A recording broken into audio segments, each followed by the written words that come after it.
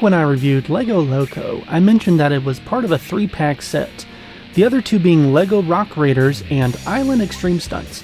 Now, one day I will talk about Rock Raiders as it's probably my favorite out of the three, but today I decided to talk about Island Xtreme Stunts, mainly because it's summertime and this game has the best summer vibes around. Hello, my name is Stitch1993, and I talk about games that are underrated or just not talked about as much anymore. So sit back, grab a slice of pizza, and let the good vibes come. Let's walk around and see the island.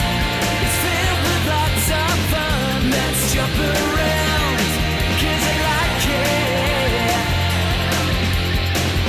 Let's go and see the pizza pie man. He welcomes everyone. His pizza's round. You will like it. Island Xtreme Stunts is actually the third game in the LEGO Island series, the first game releasing back in 1997 as just LEGO Island, and the sequel, Brickster's Revenge, released in 2001, were both early CG games with an emphasis on exploration in a first-person perspective. Island Xtreme Stunts would release on November 27th, 2002 for the PS2 and Game Boy Advance, and then on Windows on December 3rd of that same year.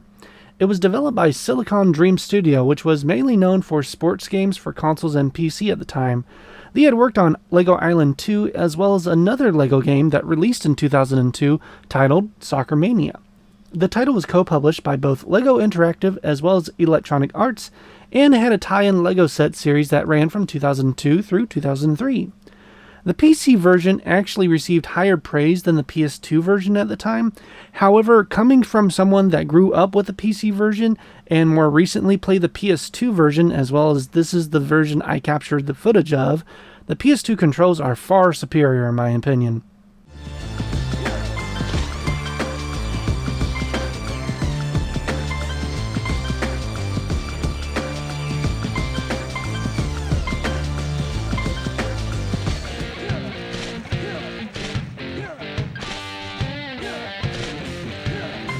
This is mainly due to this being a 3D platforming game, which would basically become the blueprint for all future LEGO games. The graphics are the same for both from what I can tell, and outside of the controls, there's no real difference between the two versions. You play as Pepperoni, a stuntman for a film that is being made called, you probably guessed it, Xtreme Stunts. Throughout the game, there are these film signs that you can walk up to and enter in order to quote-unquote film parts of the movie.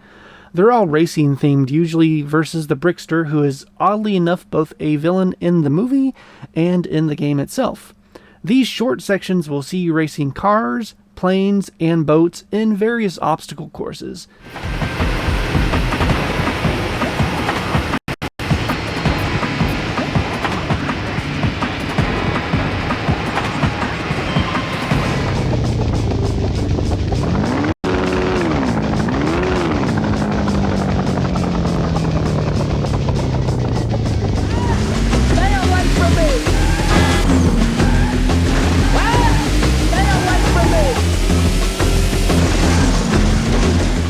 In order to complete the game, you need to at least complete the bronze version or the easy mode for each of the missions in order to complete the story.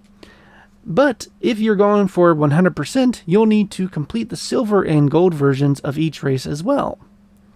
But the minigames are a very small part in a rather large game. From the beginning, you can explore the entirety of the LEGO Island, meeting various characters along the way, and helping out in side quests. Some of these side quests include racing to the finish line or delivering certain items in an allotted amount of time. Doing so allows you to collect character cards that are one of the many collectibles on this island. You also have red and yellow bricks. The red bricks are what are now the studs of the LEGO game series, with the yellow bricks being the early equivalent of mini kits. These let you unlock brick-a-moles and other small creatures about the island, with 21 yellow bricks in total to find. You can traverse this island in many different ways. From the very beginning, you have your trusty skateboard, and honestly, this is the preferred way to travel as you can turn tightly around corners and is definitely quicker than running. You also can enter into cars, boats, and planes strewn throughout the island once you unlock the specific license for each by playing certain minigames. And when I say you can explore the entire island, you can explore the entire island. Pepperoni is an excellent swimmer, so if you see a small area out at sea, just jump right into the water and start swimming. There's platforms about the island that you can jump or double jump to if need be, and there are landing pads for airplanes if need be as well. Earlier I mentioned how this game has summer vibes, and I wasn't kidding. There are practically no enemies throughout this entire game. There are brick bots that show up occasionally, but the worst they can do is just shove you a bit, but they're easy to avoid and few and far between. You do have an attack by the means of throwing pizza slices, which will knock anyone out for a few seconds, and is used for the final confrontation with the Brickster at the end of the game. But otherwise, the game just lets you skate about to your heart's content, tricking out on your skateboard, and listening to the LEGO radio with songs performed by such artists as John Dobie.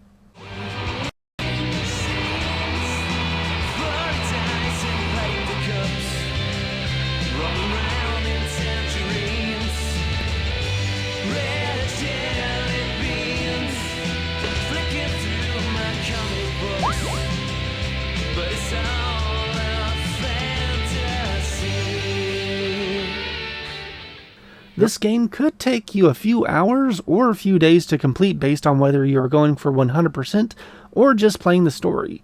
Unfortunately, we've never gotten a sequel to this game. One could argue that the Lego City Undercover games are a spiritual successor, but those I feel have more in common with more recent Lego games than with this gem. Overall, if you find a copy, I definitely recommend checking out this game for either the PC or PS2. Now I want to know how many of you grew up with this game, or if you're just now finding out about this game. Until next time, thank you and have a nice day. Bye-bye.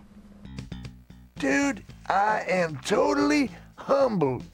I wonder if you could beat the great gnarly one, Shugu. Check back anytime.